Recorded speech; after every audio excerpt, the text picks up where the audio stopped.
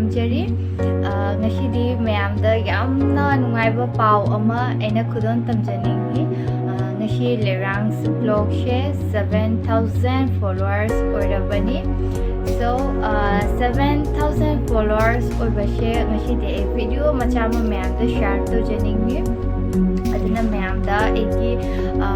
ano nungaiba news se tamjarakpani adugadi akoiki 7 share एक Lerangs blog का यामना मरी ले नरे है बता रहे करेगिनो है दी अखोई की Lerangs blog शे अखोई एशे फर्स्ट दा अखोई इमानबी हिंग ना अखोई डिसाइड तो भी बने है बा अखोई की हनती अखोई की लेंगा शे अखोई की इमानबी मयाम शे अखोई तरेत खक ओय बतुना मयामना अखोई बुनुशी बिदना अखोई शायशी की मयामना Lerangs तरेत थाना अखोई बु ममिंग शे हाना कोजाबी बने so adudagi akogi Lerang taretegi mayam luhongki ba chaunare amamam tawdana kainaraktana akoise mi mari tangai hobani Lerang se aduga last akoigi handaki chahi ge January da egi imanabi lakhi ki lohomba akoigi decide ore haiba matamda fixed hoba matamda akoi mari na decide tawgiba akoigi imanabi ki lohomba she akoi yamna memorable oina toba oina akoi blog page ama hangadana blog she tawshi lohomba ki videos mayam puna makoi include to na hapshi hana koi adu haidana akoi ki Lerangs blog she akoi na shimjagi bane aduga egi imanabi lakhi lohomdana madi chakhare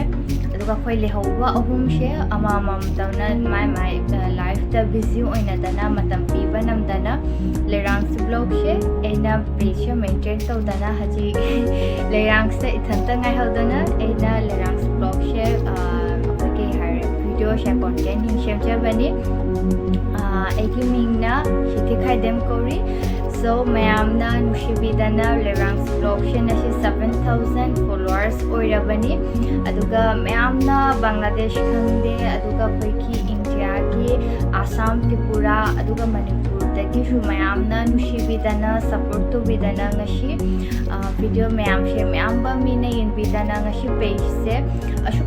ashuk early manung shida koi 7,000 followers orbani